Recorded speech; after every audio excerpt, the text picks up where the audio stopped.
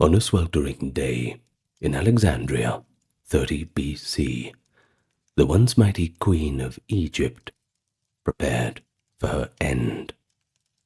Cleopatra VII Philopatra, the last sovereign of the Ptolemaic dynasty, faced the final chapter of her life with Roman legions at the city's gates and fate closing in around her. Her story has been told and retold by ancient historians with drama befitting the status.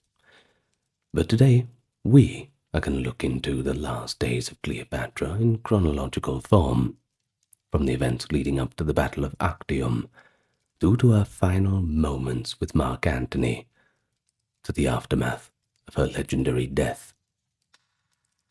Cleopatra's final days did not occur in isolation. They were the culmination of a tumultuous political saga.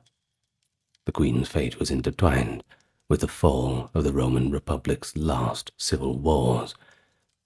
Her life had already become the stuff of legend, even before her death, a melange of political intrigue, romantic liaisons, and cultural drama. As a descendant of Macedonian Greek pharaohs ruling Egypt, she uniquely bridged Eastern and Western worlds. She was intelligent, multilingual, and by most accounts, extraordinarily charismatic. Ancient writers dwelled on her personal allure. Plutarch, writing a century later, conceded that Cleopatra's beauty was not altogether incomparable, but that her presence and conversation had an irresistible charm.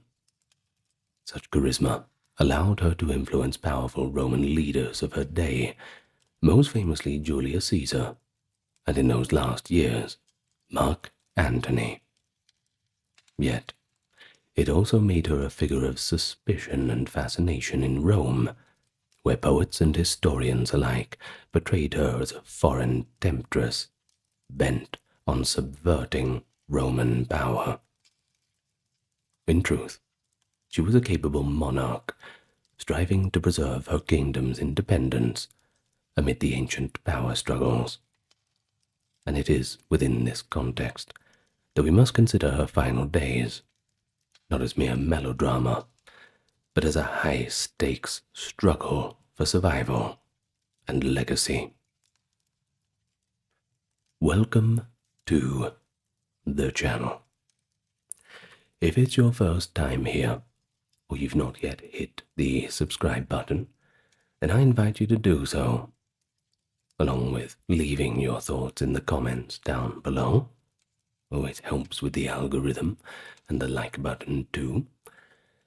And thank you so much to the generous contributions of those on Patreon, YouTube memberships, and those who checked out the merch store.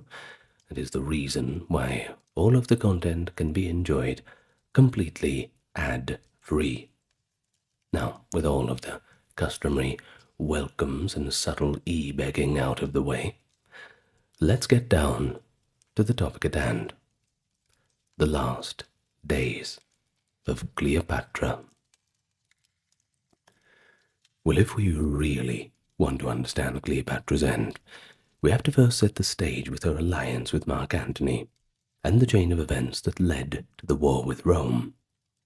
After the assassination of Julius Caesar, being stabbed to death turned into a block of Swiss cheese in the Senate in 44 BC, Cleopatra's fortunes became tied to the faction of Mark Antony, one of Rome's triumvirs and Caesar's protege. Antony first met Cleopatra in 41 BC, when she was summoned to Tarsus in Cilicia to answer for her loyalty.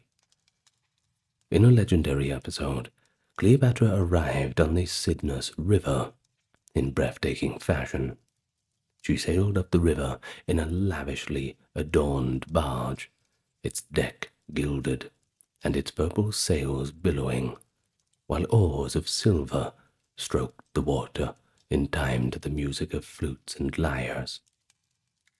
Cleopatra herself reclined under a gold-spangled canopy, costumed as the goddess Aphrodite, attended by boys dressed as winged loves fanning her, and handmaidens dressed as nereids steering the rudder. The aroma of an exotic incense wafted to the banks. It's one way to make an entrance. This theatrical display certainly captivated Antony enough, and probably anybody else who saw it.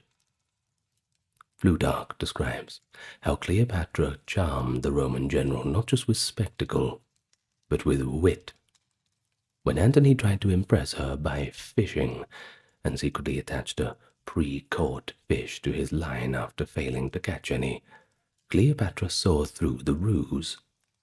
The next day, she tricked him by having a salted herring fixed to his hook. As Antony hauled in the prize, to the laughter of onlookers, Cleopatra quipped with a smile, "Leave the fishing to us petty princes of Pharos and Canopus. Your game is cities, provinces, and empires." Thus, from the very start, Cleopatra proved Antony's match in both boldness and cleverness.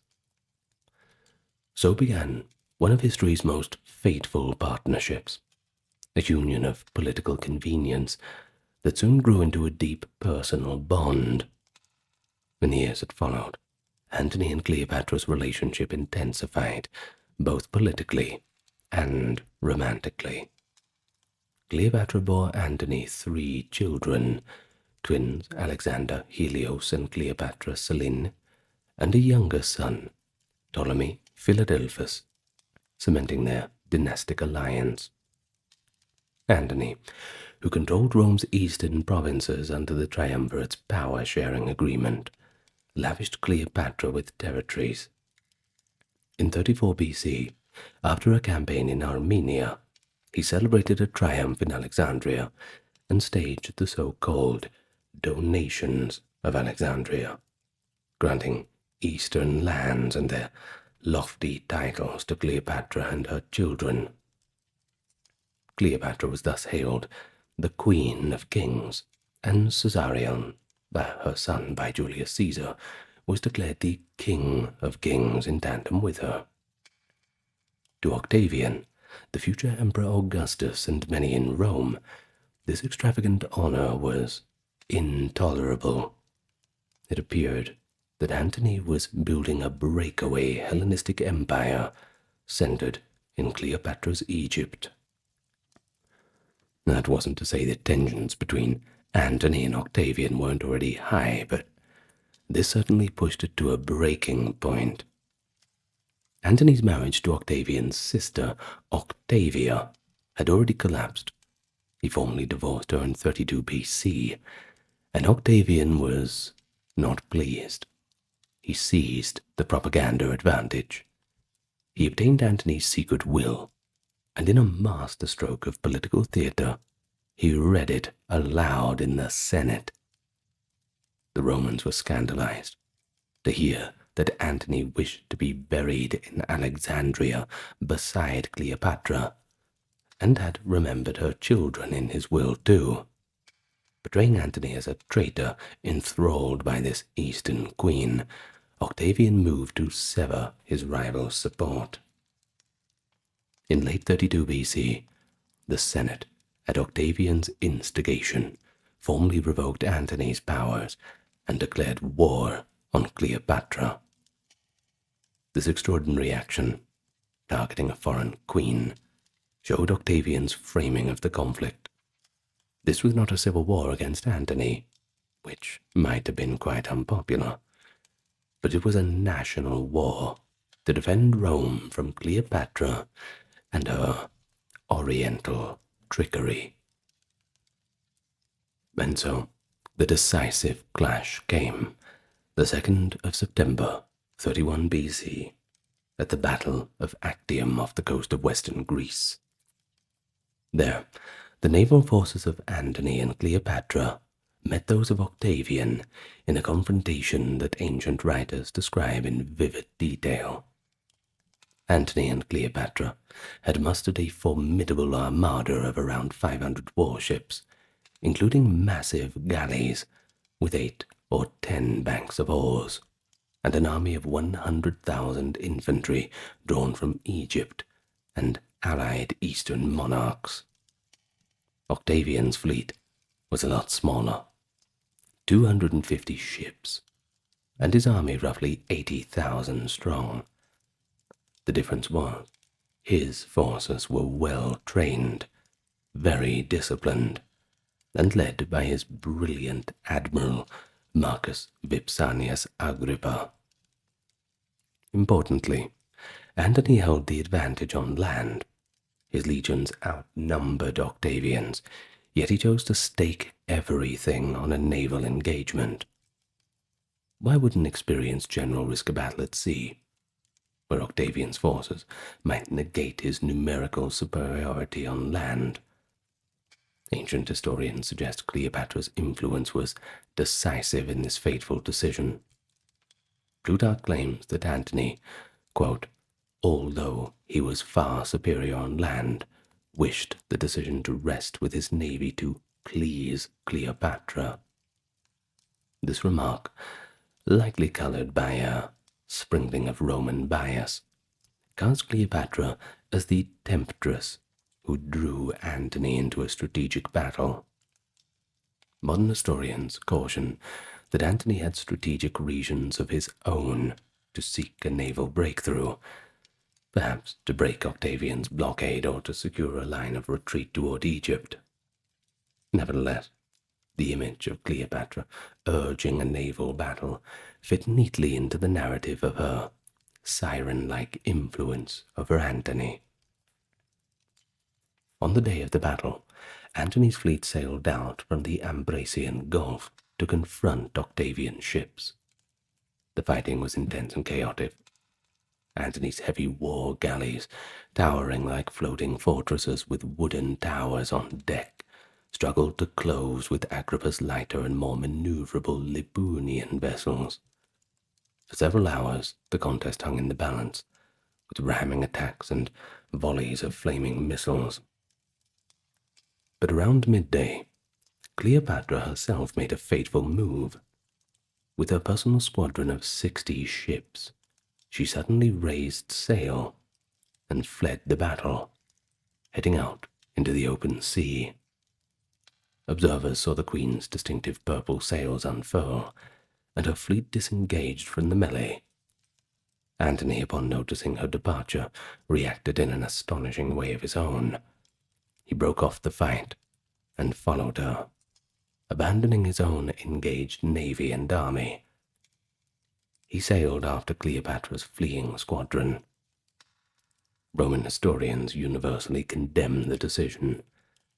One contemporary, Velius Paterculus, writes that Cleopatra took the initiative in flight, and that Antony, quote, chose to be the companion of the fleeing queen, rather than fighting his soldiers. The general deserted his own men.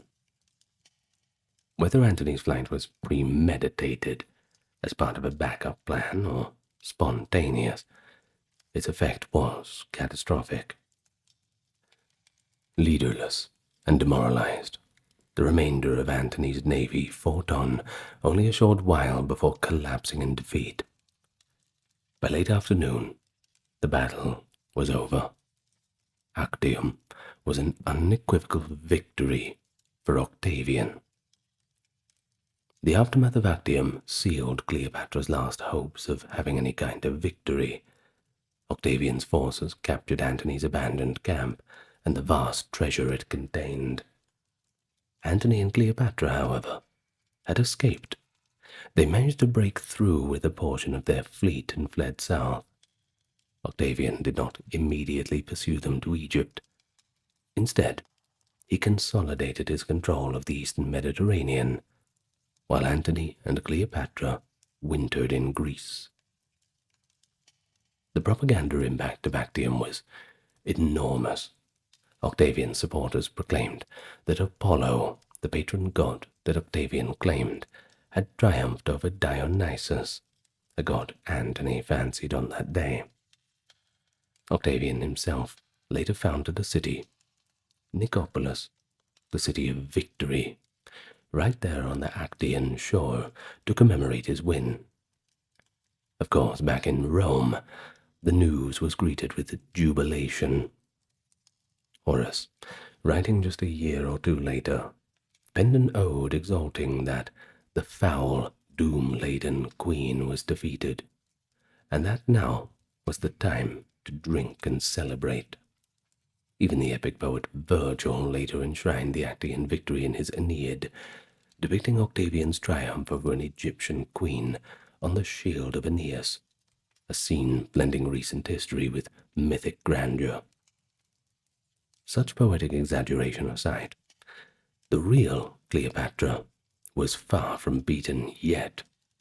She and Antony had escaped with dozens of ships and considerable wealth, and so they would make their final stand on home ground back in Egypt.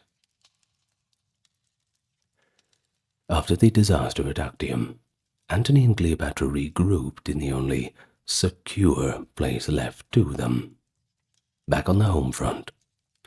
They sailed separately at first. According to Cassius Dio, the pair fled together as far as the Peloponnese, where they had to confront the hard truth of their defeat. Cleopatra, fearing unrest in Egypt if the news arrived before she did, hurried ahead to Alexandria with her ships, leaving Antony behind. Ever the shrewd strategist, she attempted to maintain an aura of victory. She ordered her ship's prows to be wreathed in garlands and sailed into Alexandria as if returning triumphant. In fact, triumphal songs were immediately rang out, and for a brief moment the people of Alexandria might have believed the great victory had been won at Actium. But this illusion could not hold for long. Behind the scenes, Cleopatra took drastic measures. Suspecting plots and disloyalty, she executed many of the leading men of Egypt who had opposed her or showed signs of celebrating misfortune. She seized their properties, and even plundered the most sacred temples for treasure to fund her defense. One captured source of immense wealth was the royal tomb of Alexander the Great in Alexandria. Cleopatra reportedly stripped its gold casing and artifacts to melt down for coin. These ruthless actions show her resolve. She was prepared to destroy internal opposition and sacrifice Egypt's patrimony if necessary to muster the resources for one final war. Meanwhile, Antony, he was a shattered man in the wake of Actium. He sent orders to his loyal forces in North Africa and the Near East together, but his authority was crumbling. A detachment of his troops under Pinarius Scarpus in Cyrenaica went over to Octavian's side, and they even executed Antony's envoys. Hearing of this and other desertions, Antony abandoned any hope of regaining territory abroad and made his way to Alexandria by the spring of 30 BC. Finally reunited, Antony and Cleopatra formed a plan. They prepared militarily to defend Egypt, but also considered more desperate options. They raised fresh troops from whatever Egyptian and Roman forces remained loyal. As a propaganda move, Cleopatra declared her 16-year-old son Caesarion co-ruler of Egypt as Ptolemy XV, and donned a ceremonial Egyptian dress with him to present a united front to her people.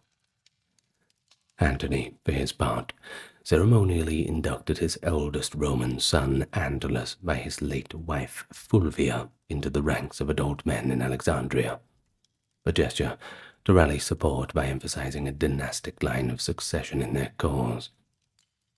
These measures had a poignant undertone. By elevating their children, Antony and Cleopatra were both preparing for the worst, i.e., ensuring their heirs had claims, and possibly attempting to inspire their followers with the idea that even if they fell, A new generation would carry on the fight. Cleopatra and Antony also explored diplomatic gambits. Cleopatra opened secret negotiations with Octavian, hoping to at least save her throne or her children.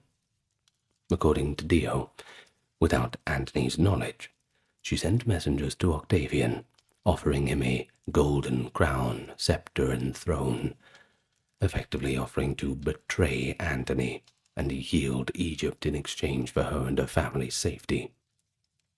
Octavian's reply was duplicitous. Publicly, he demanded Cleopatra surrender unconditionally, disband her forces, and renounce her crown. Privately, however, he sent word that if Cleopatra would eliminate Antony, either by killing or handing him over, and he would show her mercy and even allow her to continue ruling Egypt. Cleopatra did not act on this treacherous proposal.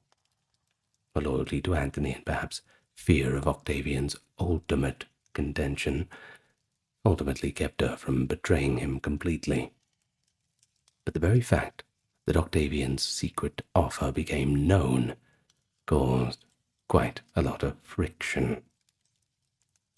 When Octavian's envoy, Thyrsus, lingered too long in Cleopatra's company, Antony began to grow suspicious. In a jealous rage, he had Thyrsus seized, flogged, and sent back to Octavian with a mocking message that such insolence was ill-timed from a, quote, young general dealing with a desperate man. Antony's paranoia and Cleopatra's clandestine outreach revealed the tension and mistrust that beset the camp in these final days. By the summer of 30 BC, Cleopatra and Antony seemed to alternate between fierce defiance and fatalistic resignation. In Alexandria, they formed a macabre elite circle called the Society of Partners in Death. This was an update to their earlier, more light-hearted, inimitable lovers dining club, but now with a morbid twist. Members, close friends and courtiers, pledged to die alongside Cleopatra and Antony, if worst came to worst, and they spent their days in extravagant feasts, drinking bouts and amusements, as if each day might be their last. Plutarch relates that Cleopatra even began experimenting with poisons during this time. She collected an array of deadly toxins and tested them on condemned prisoners to observe how quickly and painlessly they worked. Finding that fast-acting poisons caused too much agony and slow ones were unreliable, she again tried venomous creatures. She observed their bites and noted that the asp, the Egyptian cobra, produced the gentlest death, a gradual drowsiness and numbness, without violent convulsions or pain, and a peaceful slipping away. At least, that is according to the ancient source. Now, this gruesome research was essentially Cleopatra's contingency plan. Both she and Antony were determined not to be captured alive by Octavian. If defeat was inevitable, they intended to rob the victor the satisfaction of parading them through Rome in chains. And so the inevitable final showdown came in the summer of 30 BC. Octavian, having spent the winter gathering his strength, launched his invasion of Egypt from two directions. One prong of his forces, led by his lieutenant Cornelius Gallus, marched from the west and seized Paretonium, modern Mersa Matruh, on the Libyan border, cutting off any escape by land to Africa. Another large force under Octavian's direct command was advancing from Syria toward Pelusium, the eastern gateway of Egypt.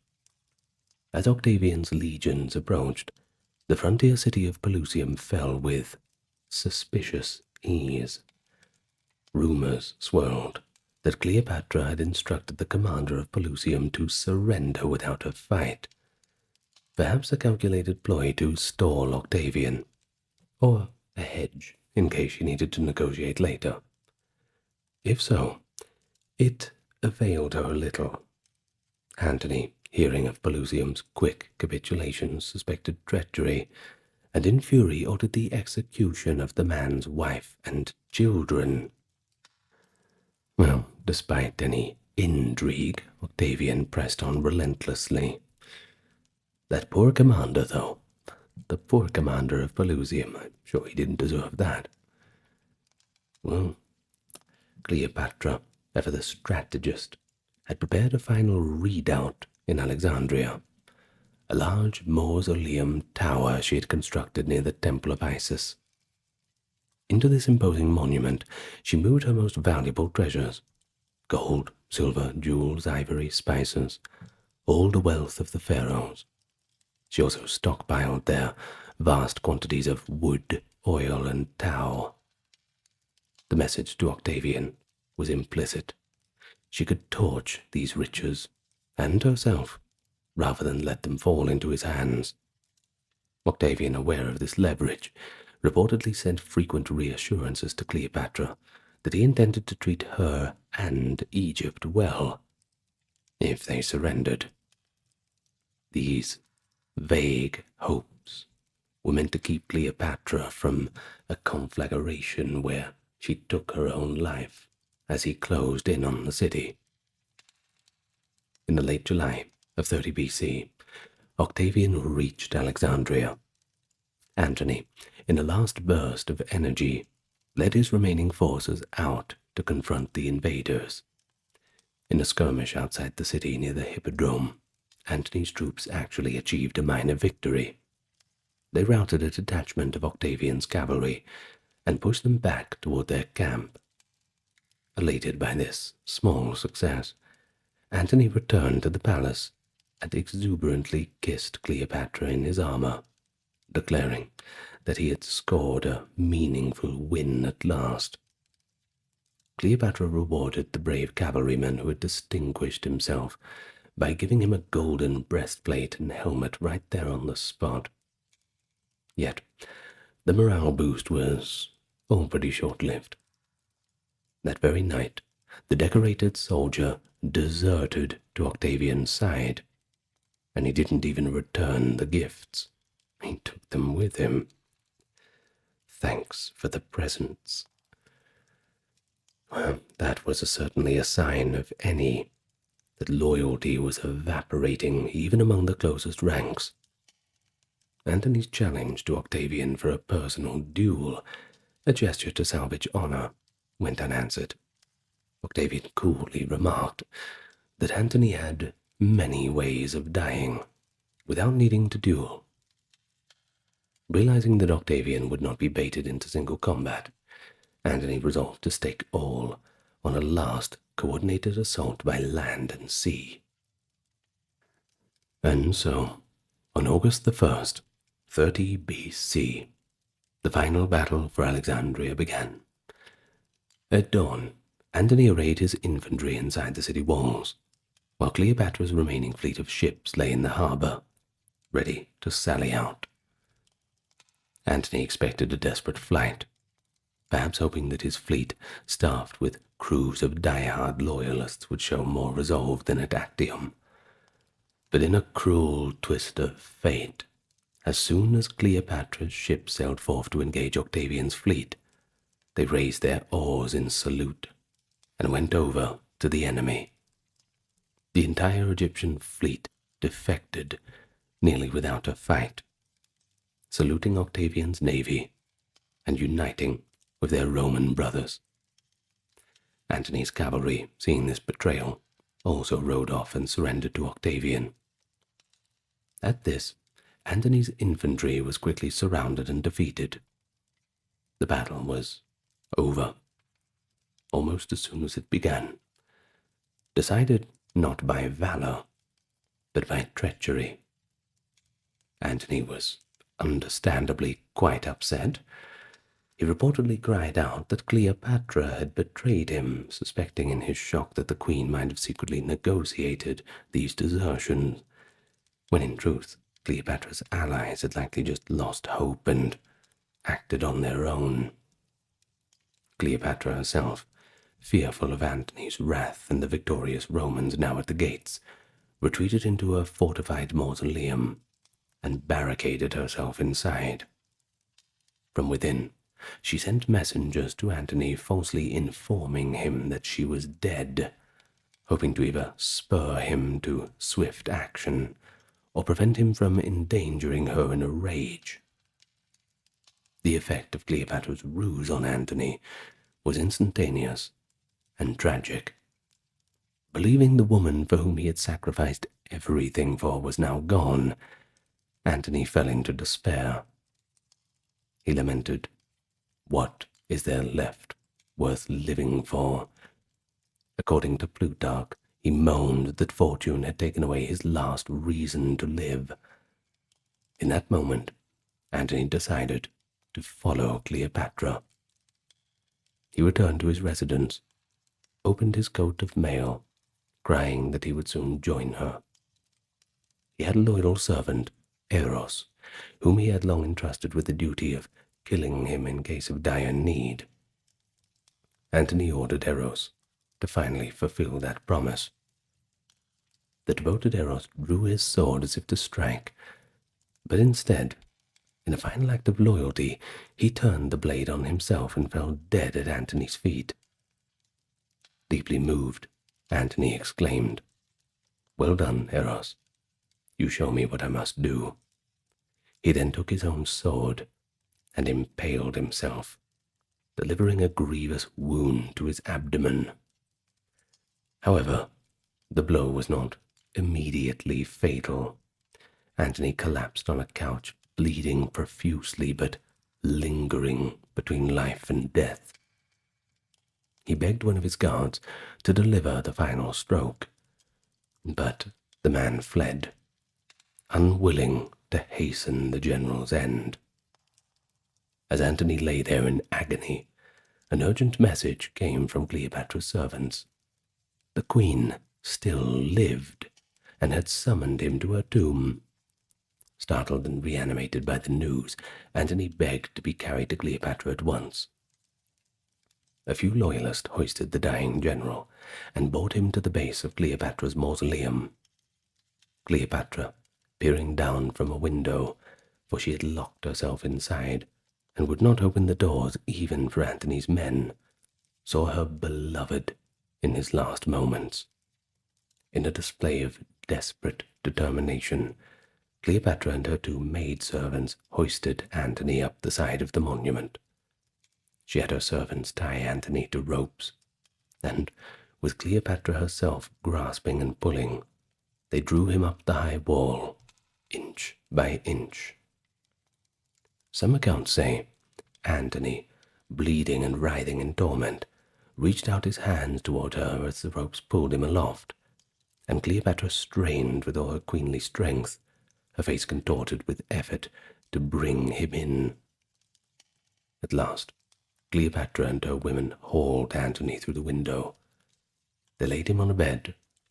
Cleopatra tore her robes and beat her breast in grief, smearing herself with Antony's blood as she called him her lord, her husband, her emperor. Antony, gravely wounded, urged Cleopatra not to mourn bitterly, but to ensure her own safety if possible. He asked for a cup of wine, and after drinking, implored her to remember his past bravery, rather than this ignoble end, and to trust only one of Octavian's officers, a man named Proculaeus, if she should seek to surrender. With these last words of counsel, he died, right there in Cleopatra's arms. It was a profoundly tragic end to Antony's life. The once triumvirate conqueror, brought low by defeat and love, dying in a secluded refuge of his Egyptian queen. Cleopatra was left to face Octavian alone. She had Antony's body carried away for burial, likely beginning the process of embalming or mummification according to Egyptian rites. She then withdrew into her mausoleum with her two faithful handmaidens, Eras and Carmion, and then barred the heavy doors. And it was from there that she would never again emerge. Octavian assumed control of Alexandria with scarcely a fight. His first concern was capturing Cleopatra alive. He knew if he could parade Cleopatra as a prisoner in his triumph back in Rome, it would be an ultimate symbol of his victory. He therefore sent his associate, Gaius Proculaeus, with a small party to negotiate and, if possible, seize Cleopatra. But you can imagine she was in no mood to surrender. From behind the mausoleum's barred door, she engaged in a tense parley with Proculaeus. She likely asked what terms Octavian would offer. We know from Plutarch and Dio that Cleopatra's primary plea was for her children.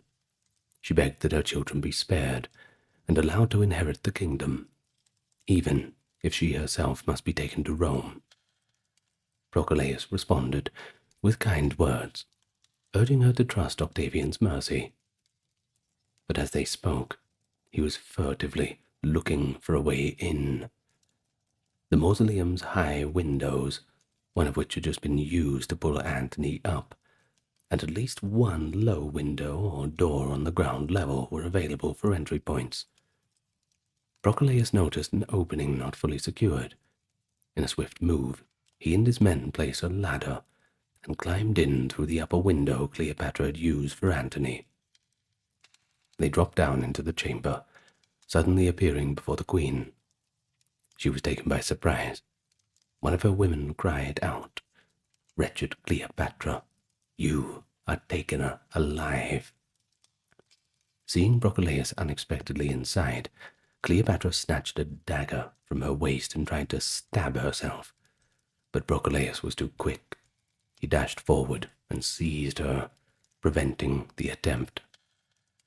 He admonished, "Do not thus cheat Caesar of his victory," telling her it would wrong Octavian if she killed herself, and made him appear cruel and unmerciful. Proculaeus gently disarmed Cleopatra and searched her clothes for any concealed poison, making sure she had no means left to harm herself.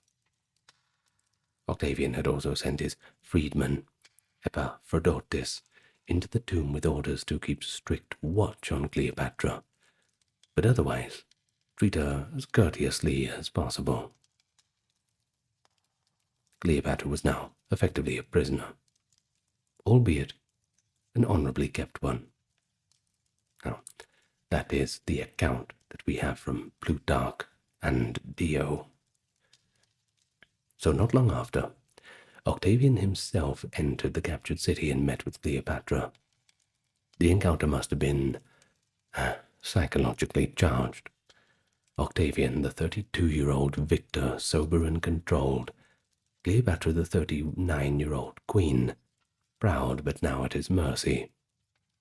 Ancient sources depict Cleopatra staging one last performance, this time to seduce or soften Octavian. She was found in a sorry state, lying on a simple bed, dressed only in a plain tunic, hair disheveled and face bruised from beating her breast in grief. Yet even in this condition, observers noted her undimmed allure and dignity. Octavian had Cleopatra brought to him. As he entered, Cleopatra, true to form, attempted to charm him. She prostrated herself at his feet, her eyes red from weeping, and addressed him with a mix of humility and pride. Initially, she sought to justify her actions, claiming she feared Antony and acted out of necessity. But Octavian coolly rebuffed these arguments with facts. He had likely intelligence of her offers to betray Antony. Seeing that explanations were futile, Cleopatra changed tack and appeared to Octavian's pity and sense of honor. She produced letters that Julius Caesar had written to her years earlier, and passionately read them aloud, calling on the memory of Octavian's illustrious adoptive father to stir his emotions. He pointed to busts or paintings of Caesar that she had arrayed nearby and lamented that fortune dealt her this wretched hand. At moments Cleopatra's voice quavered, and at others it rose in melodious supplication. Dio writes that she spoke in melting tones, calling Octavian master, but also subtly reminding him how Caesar had loved and honored her so much. She even exclaimed dramatically, "I do not ask to live. All I beg is to die and be buried with Antony," invoking the depth of her love and loyalty. Octavian, however, was famously unmoved by the sentiment. He listened politely but kept his eyes averted. He offered only a brief reassurance. He told Cleopatra to take heart, for no harm would come to her. But he made no promises about her kingdom or children during this meeting, and he flatly refused her request to die with Antony. When Cleopatra saw that Octavian would not be swayed by flattery or emotion, that he intended to parade her as a captive, she knew the time had come to act on her own terms. After Octavian left, he gave orders that Cleopatra be closely watched, and allowed no opportunity to take matters into her own hands. He wanted her alive for the triumph in Rome, but Cleopatra was equally determined that she would not grace his triumph as a living trophy. In the days that followed, Cleopatra pretended to accede to Octavian's wishes. She feigned a change of heart, acting as though she now cherished life. She asked for better clothing and took food. She even requested an audience with Octavian's wife Livia, a sign she was looking to the future. But it was all a ruse. As Cassius Dio tells us, Cleopatra's goal was to lull her captors into loosening their guard. She told Octavian's men that she was ready to travel to Rome. She even gathered together some of her most precious adornments, perhaps to present as gifts to Octavian and Livia, which suggested she was preparing for a long journey and not immediate death. And the ploy worked. Her keepers, Epaphroditus among them, relaxed their vigilance slightly, believing the queen genuinely intended to live. On August 10th, or perhaps August 12th, the sources differ, 30 BC, Cleopatra made her final move.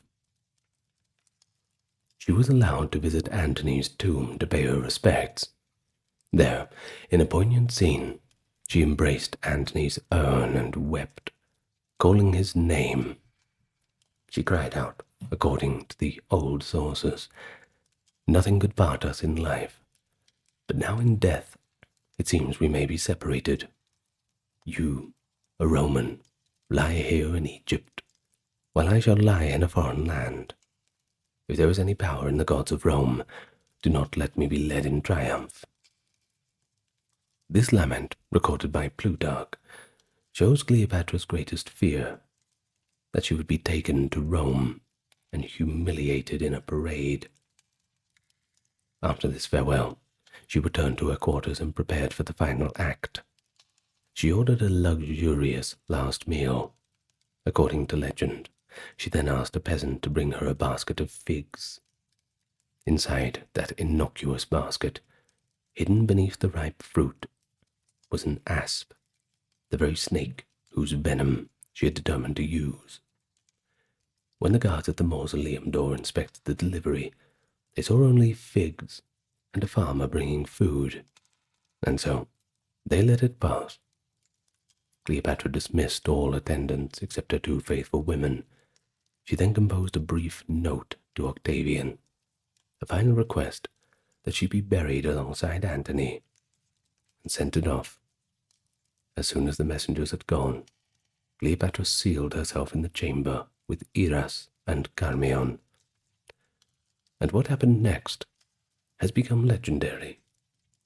When Octavian read Cleopatra's letter and realized what it meant, he immediately dispatched soldiers to prevent her from taking her own life. They rushed to her quarters, but upon breaking down the heavy doors, they found that it was already too late. Cleopatra was lying dead, regally, upon a golden couch. She was arrayed in her finest royal attire, with her diadem crown upon her brow. At her feet lay Iras dying, and Charmion barely alive, adjusting the circlet on Cleopatra's head with trembling hands. A Roman guard shouted reproachfully at Charmion. Was this well done? Summoning her last breath, Charmion defiantly replied, It is well done, and fitting for the descendant of so many kings. With those final words, she collapsed by the side of her queen. Cleopatra had orchestrated her exit to perfection, a dignified death, in queenly raiment, faithful attendants by her side, and not an enemy in sight. The means of Cleopatra's last moment was not immediately obvious. Ancient accounts based on later conjecture offer multiple versions. The most famous is the one we've recounted, the bite by an asp, a symbol of royal divinity in Egypt. Plutarch writes that the asp was smuggled with the figs, and that Cleopatra, finding it hidden among the leaves, held out her hand for the snake and let it bite her. But other contemporaries suggested that she kept a poisoned hairpin or comb in her hair, which she used to scratch her skin and deliver a toxin. Cassius Dio likewise reports that no one knew the exact method, only that Cleopatra's corpse showed 2 tiny puncture marks on the arm. Some said an asp had indeed bitten her, either brought in a water jar or hidden in a bunch of flowers. Others believe that she applied a different kind of poison. But what all accounts agree on is the serenity of her death. She passed with calm dignity, just as she had planned. Octavian, when he arrived, was too late. He was reportedly stunned and even lost his temper. His prize captive, star of the triumphant parade, gone. He tried everything to revive her. Plutarch says he sent for a Seelie snakebite healer of North Africa, that is, to suck the venom from her wound. But that was in vain. The great queen was gone. Octavian could not help, though, but feel a measure of admiration. Though frustrated she denied him a living trophy, he acknowledged that her courage and royal resolve was certainly formidable. He ordered that Cleopatra's body be entombed with Antony's in the mausoleum, and provided a royal funeral befitting her station. Thus, in death, Antony and Cleopatra remained united.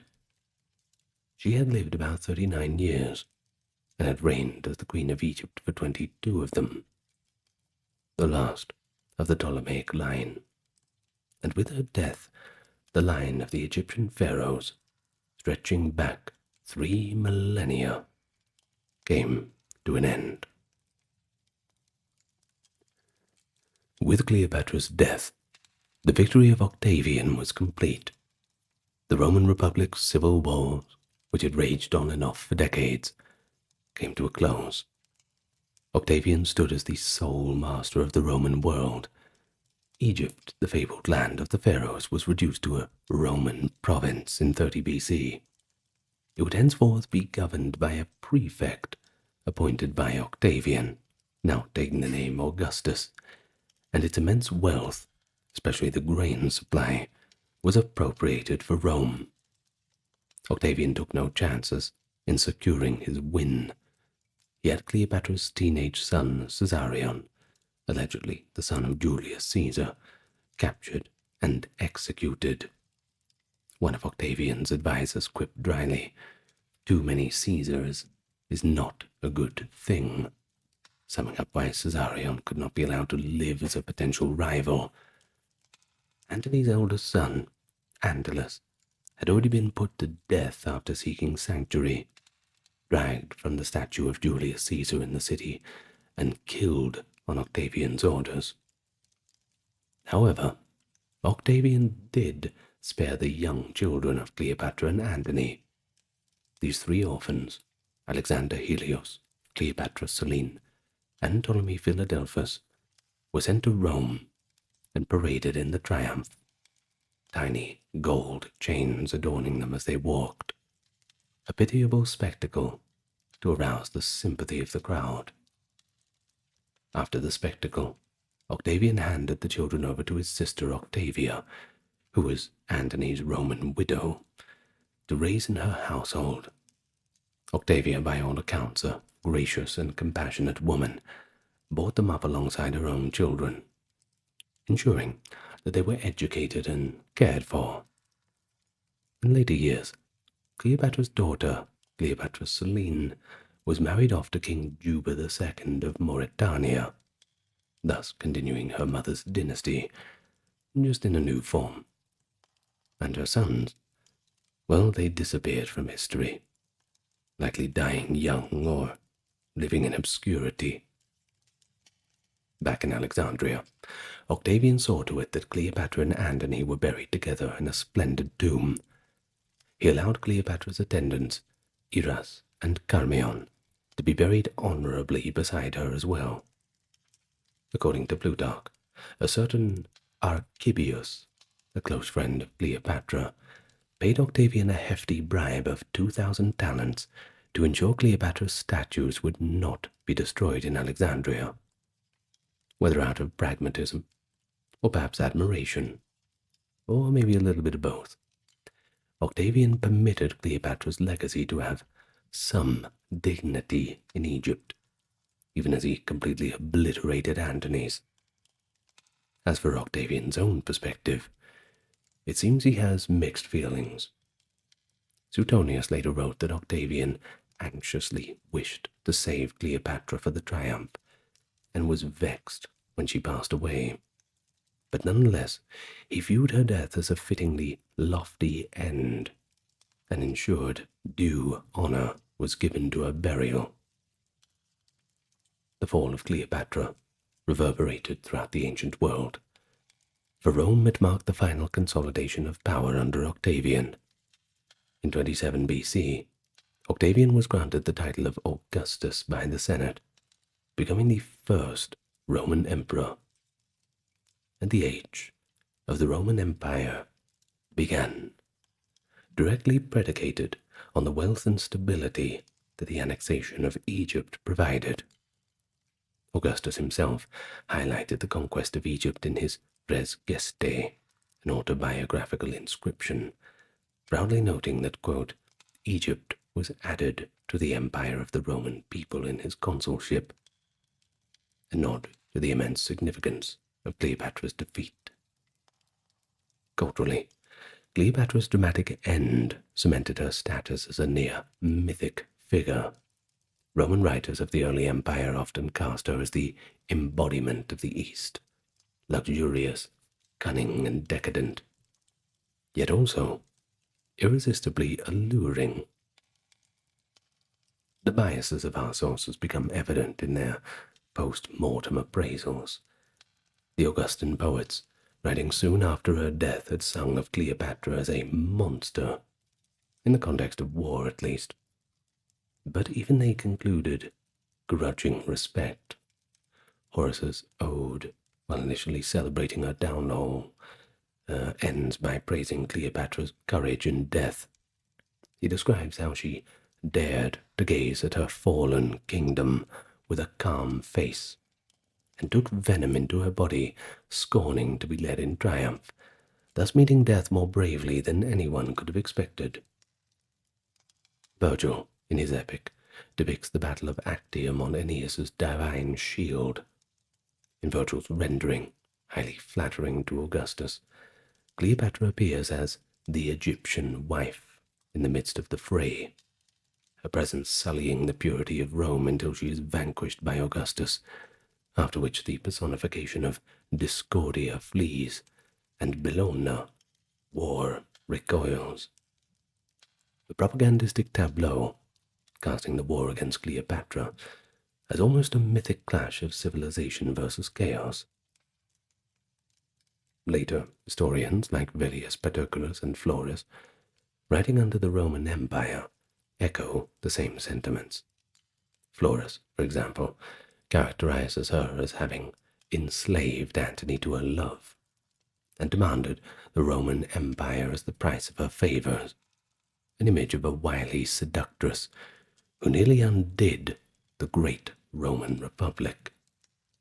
Yet even Florus, after relating how Octavian coldly thwarted Cleopatra's attempts to charm him, notes with a measure of awe how she sought out her mausoleum and applied serpents to her veins, thus passing into death as into sleep. And so if we step back and critically assess the sources, I suppose we can arrive at a nuanced picture. Cleopatra was certainly used as a convenient villain by Octavian's regime, a foreign queen blamed for Antony's perfidy. But the consistency of details across Plutarch, Dio, and others, despite writing of different eras, it suggests a core of truth. Cleopatra was fiercely determined to die on her own terms. An image of her in her final moments in full regalia, calmly allowing that snake to sink its teeth in, with loyal handmaidens sharing her fate. It's one that's resonated through Western culture as an ultimate act of a regal defiance. Roman historians, even while hostile, couldn't deny the drama and dignity of that scene. Plutarch, for instance, ends his biography of Antony by virtually eulogizing Cleopatra's resolution.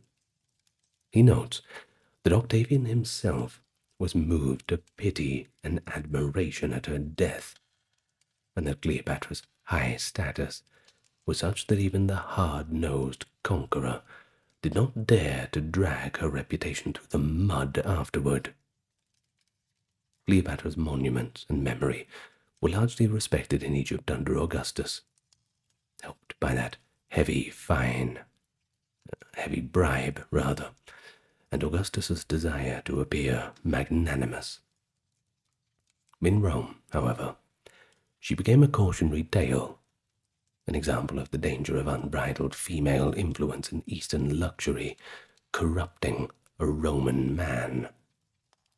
Its narrative, propagated for Augustus's supporters, would persist, coloring historical views of Cleopatra for centuries. Yet, look a little bit beyond the Roman propaganda. Cleopatra emerges as a shrewd, resourceful, and courageous leader. Until almost the end, she explored every possible avenue: diplomacy, deception, force, all to save her kingdom and children. When those failed, she resorted to the only power that she had left, power over her own fate. And in doing so, she denied her enemy a total victory, a final act of defiance, crafting a legacy that would inspire art and literature, from Shakespeare's Antony and Cleopatra to modern novels and films. Her life and death became the archetype of a romantic tragedy, set against a backdrop of global power shift. And so there you have it, the dramatic culmination of both a personal saga and a larger geopolitical story in Rome's very chaotic transition from republic to empire. With Egypt secured, Rome would enjoy a period of unprecedented stability, but the memory of the last pharaoh had cast a long shadow. Roman emperors would visit Alexandria and pay respect at her tomb. Writers would ponder, what if she and Antony had prevailed? Indeed, sure the world would have looked quite a bit different. Butterfly effect sort of stuff. To this day, her death with the venomous aspen fallen empire remains one of the most captivating episodes of ancient history. Studying these accounts critically, and I mean critically, we find Cleopatra's own voice emerging in her actions. Unbent, unbowed, unbroken, and immortalized in the manner of her leaving. As Charmion aptly said, it was a deed fitting for the descendant of so many kings. The last days of Cleopatra echo with both the end of an epic and the timeless allure of a woman who refused to be forgotten. And that's it from me today. I hope you enjoyed that. Rather dramatic, wasn't it? Well, I suppose the best history does bring out the best stories. I'm going to thank the top-tier Patreons, who I refuse to forget. Dark, Kimberly, Christine, Sally, Ember, Susan, Cameron, Legitmus, Carey, Charlene, Lynn Therese, Katiana, Nicholas, Ulford Near, Alexander, Charles, Christine, Dr. Neuro Nerd, Erin, Jaden, Jim, Jeffrey, Jessica, Madeline, Melissa, Orthodox Review, Stark Factory, Shell, Wendy, Josie, Sarah, Ryan, Thor, Cameron, Stefan, Kevin, HMSHH, Crystal, Dowdery, Anthony, Lucy, Brandon, and Gugu Bubonic. Thanks so much. All right, everyone. I hope you enjoyed our trip back to ancient Egypt. And I hope you're all nice and relaxed and you learned something. You're probably asleep. If you're not asleep, leave a comment. And, yeah, do all that.